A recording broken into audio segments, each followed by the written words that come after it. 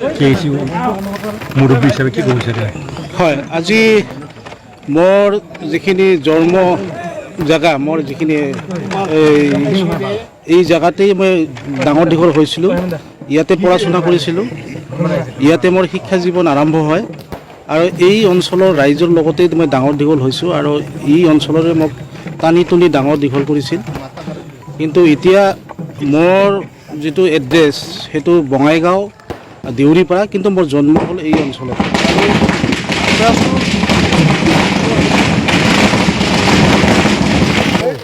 Running আক্ৰাছৰ লগত জড়িত 28 বছৰ। মোৰ গোটেই সংগ্ৰাম জীৱনটো হ'ল 28 বছৰ। 93ত মই প্ৰথমতে আক্ৰাছত জিলা এছিষ্টেণ্ট ছেক্ৰেটাৰী হিচাপে মই জইন কৰিছিলোঁ। তাৰপাছত উপদেষ্টা হিচাপে আছিলোঁ জিলাত। তাৰপাছত কেন্দ্ৰীয় সমিতিত মই এছিষ্টেণ্ট ছেক্ৰেটাৰী হিচাপে আছিলোঁ। তাৰপাছত 12 চনত মই যৌথ অধিৱেশনৰ জৰিয়তে মোক সভাপতিৰ দায়িত্ব দিছিল আৰু সেই মুহূৰ্তত মই সভাপতিৰ প্ৰায় 5 বছৰ ধৰি আক্ৰাছৰ সভাপতি হিচাপে কাম কৰিছিলোঁ। শেষলৈকে মই আকৌ মানে অধিৱেশন এখনত মই মুখ্য উপদেষ্টা হিচাপে কাম কৰিছোঁ আৰু মুখ্য উপদেষ্টাৰ শেষত অসম চৰকাৰে ইতিমধ্যে KSC ঘোষণা কৰিলে যে যিহেতু কোচ ৰাজবংশীসকলৰ যি তেওঁলোকৰ ঐতিহাসিক কমতাপুৰ, এই কমতাপুৰৰ যি আমি দাবী, যি আমাৰ জন্মভূমি দাবী, সেই প্ৰতি মান্যতা প্ৰদান কৰি এটা স্বায়ত্ত শাসন প্ৰদান কৰিলে আৰু স্বায়ত্ত শাসনৰ প্ৰদান কৰাৰ লগে লগে মোক অধ্যক্ষ হিচাপে দায়িত্ব অৰ্পণ কৰিল আৰু এইটো এক গুৰু দায়িত্ব বুলি মই ভাবিছোঁ। এইটো আমাৰ জনগোষ্ঠীৰ যি উত্তৰণৰ ক্ষেত্ৰত ৰাজনৈতিক, সামাজিক, শৈক্ষিক বিভিন্ন দিশ চালি জাৰি অসমৰ যিখিনি কোচ ৰাজবংশী জনগোষ্ঠী আছে সকলোখিনিৰ উন্নয়নৰ কাৰণে যি দায়িত্ব অৰ্পণ কৰিল, যি গুৰু দায়িত্ব অৰ্পণ কৰিল, এই দায়িত্ব মই ৰাইজৰ আগত আৰু আপোনালোকৰ জৰিয়তে এক সংকল্প লৈছোঁ, এক দৃঢ়তাৰে, এক সুস্থিৰতাৰে, এক দায়বদ্ধতাৰে আৰু নিকা আৰু স্বচ্ছতাৰে কাম কৰাৰ কাৰণে মই যত্নপৰ মাত্ৰ নহয়, এক সংকল্প লৈছোঁ। আৰু এই জনগোষ্ঠীৰ বহু সমস্যা আমাৰ আছে, জনজাতিকৰণৰ কথা আছে আৰু ৰাজনৈতিক ভাৱে অধিকাৰ পাৱাৰ কাৰণে যি আত্মনিয়ন্ত্ৰণৰ যি অধিকাৰ, এই অধিকাৰৰ কাৰণে বহু কৰণীয় কাম আছে। এই কামখিনি নিশ্চয় কৰি যাম।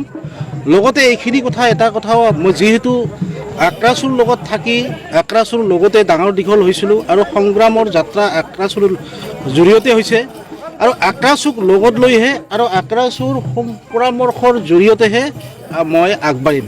এইখিনি আক্ৰাছুৱে ইমান দূৰলৈকে আগবঢ়াইছে আৰু আক্ৰাছৰ লগত থাকিহে কাম কৰিম। মূলতে কথা হ'ল এটা মেছেজ দিব খুজিছোঁ।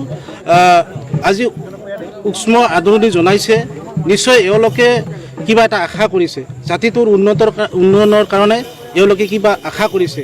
সেই আশা নিশ্চয় আমি পূৰণ কৰিব নোৱাৰোঁ যদিও আমি যিখিনি দায়িত্ব সেইখিনি কৰাৰ আগমুহূৰ্তত এটা মেছেজ দিব খুজিছোঁ। সেইটো হ'ল KSC যিহেতু এটা এলেকা দিছে, এই এলেকাত আমি কাম কৰিম, তথাপিও কিন্তু আক্ৰাছুৱে যিখিনি আমাৰ বিভিন্ন ঘূণীয়া, এতিয়া ঘূণীয়া হৈছে আৰু আমাৰ ইতিমধ্যে শ্বহীদৰ যি 14জন শ্বহীদ আমাৰ আছে। আজি এই মুহূৰ্তত অসম চৰকাৰে 5 লাখ কোটি টকা তেওঁলোকে দিয়াৰ ঘোষণা কৰিছে আৰু আজিৰ তাৰিখত এটা মেছেজ দিছে। আজি মই গোটেইখিনি নামখিনি ইতিমধ্যে শ্বহীদৰ নামখিনি ইতিমধ্যে মই আজি গোটেইখিনি ঠিক কৰিছোঁ। আজিৰ ভিতৰত নাইবা কালিৰ ভিতৰত প্ৰেৰণ কৰিম আৰু আমাৰ যিকেইটা শ্বহীদ ইতিমধ্যে অসম চৰকাৰে এককালীন তেওঁলোকে যিটো ঘোষণা কৰিছে 5 লাখ টকা, সেইটো তেওঁলোকে দিয়াৰ কাৰণে ইতিমধ্যে হেৰি কৰিছে আৰু ইতিমধ্যে আমাক যিসকলৰ শ্বহীদৰ পৰিয়ালৰ যিসকলৰ নমুনি তেওঁলোকৰ নামবিলাক দিব দিছে, এইবিলাক ঠিক ঠাক কৰা হৈছে। ইয়াৰ পিছতে আৰু এটা দাবী আমাৰ আছে, কোচ ৰাজবংশীসকলৰ আন্দোলনৰ সময়ত যিখিনি ঘূণীয়া হৈছে তেওঁলোকক এককালীন এটা সাহায্য আমি বিচাৰিছোঁ। এইখিনি এতিয়াও তেওঁলোকে মানে আমাক হেৰি কৰা নাই, কিন্তু সেইটো আমাৰ দায়িত্ব আছে, সেইখিনি আমি সোনকালে কৰিম। আৰু এটা মেছেজ দিব খুজিছোঁ, সেইখিনি হ'ল যে যিখিনি এলেকা কোচ ৰাজবংশী কমতাপুৰৰ যি এলেকা, সেই এলেকাত থকা অকল কোচ ৰাজবংশীসকল মাত্ৰ নহয়, তাত থকা বিভিন্ন জনগোষ্ঠী যিখিনি আমাৰ খিলঞ্জীয়া জনগোষ্ঠীসকলৰ সেইখিনিৰ প্ৰতি আমাৰ দায়বদ্ধতা আছে। আমি শপত গ্ৰহণ লোৱাৰ লগে লগে অহাকালি আমাৰ প্ৰথম কেবিনেট বহিব বঙাইগাঁৱত। অহাকালি আমি প্ৰথম কেবিনেট বহিম 3টা বজাত আৰু তাতে আমি এটা সিদ্ধান্ত ল'ম যিখিনি KSCৰ ভিতৰত বিভিন্ন জনগোষ্ঠী খিলঞ্জীয়া জনগোষ্ঠীখিনি আছে তেওঁলোকৰ উত্তৰণৰ ক্ষেত্ৰতো বিভিন্ন তেওঁলোকৰ দাবীসমূহ আৰু একেলগে মিলিজুলি আমি কাম কৰিম। আৰু মূল কথাটো হ'ল আমি কঠোৰ পৰিশ্ৰম কৰাৰ কাৰণে আমি এক সংকল্প লৈছোঁ। আৰু প্ৰথম দিনাখনে যেতিয়া আমি শপত গ্ৰহণ লৈছিলোঁ তাৰ আগতে আমি চিলাৰায় প্ৰতিমূৰ্তিৰ তলত আমি এক সংকল্প লৈছোঁ। তেওঁৰ যি আদৰ্শ সেই আদৰ্শৰ প্ৰতি আমি দায়বদ্ধতা হৈ এক কঠোৰ পৰিশ্ৰম কৰাৰ কাৰণে এক সংকল্প আমি ল'ম।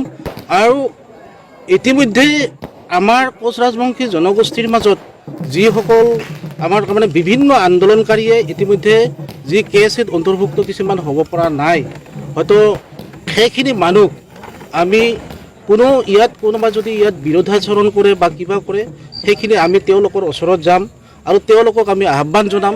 যিহেতু বহুত আকাংক্ষিত এই জনগোষ্ঠী কিবা বিচাৰিছে তেওঁলোকক আমি একেলগে কাম কৰি ইয়াৰ মাজত আমাৰ মাজত কোনো বিদ্বেষ আমাৰ মাজত কোনো উৰিয়াউৰি এই মনোভাৱবিলাক দূৰ কৰাৰ কাৰণে আমাৰ দায়বদ্ধতা আছে।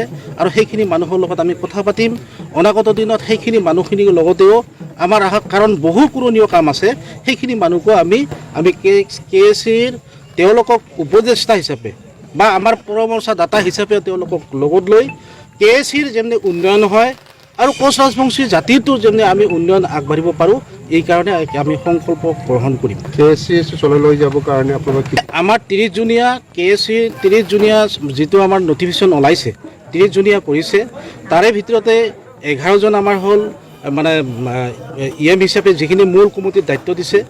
তাৰে ভিতৰতে আমাৰ যিখিনি আচলতে মূল 30জনে তাৰ ভিতৰতে 20টা হ'ল আচলতে কোচ ৰাজবংশীসকলৰ কাৰণে ৰিজাৰ্ভ সংৰক্ষিত আৰু 5টা হ'ল অপেন দিব আৰু 5টা মহিলাৰ কাৰণে এইটো ৰিজাৰ্ভ কৰিব। এইখিনি এতিয়া হেৰি কৰিছে অতি শীঘ্ৰে আমি এইখিনি হেৰি কৰিম। কিন্তু এটা কথা মানে নমিনেট হিচাপে সেইখিনি অঞ্চলৰ পৰা আমি মানুহ ল'ব লাগিব সেইখিনি কিন্তু এতিয়া দিয়া নাই। এইখিনি কিন্তু আজি মানে খোলাখুলিকৈ প্ৰকাশ কৰিছোঁ। কিন্তু ইতিমধ্যে মই তাত থকা বিভিন্ন জনগোষ্ঠীসকলৰ লগত ইতিমধ্যে কথা পাতিছোঁ আৰু আৰু 10জন বঢ়াবৰ কাৰণে 10টা তাৰমানে আমি আৰু নমিনি দিব লাগিব আমাৰ 4টা আৰু বিভিন্ন জনগোষ্ঠীৰ কাৰণে দিব লাগিব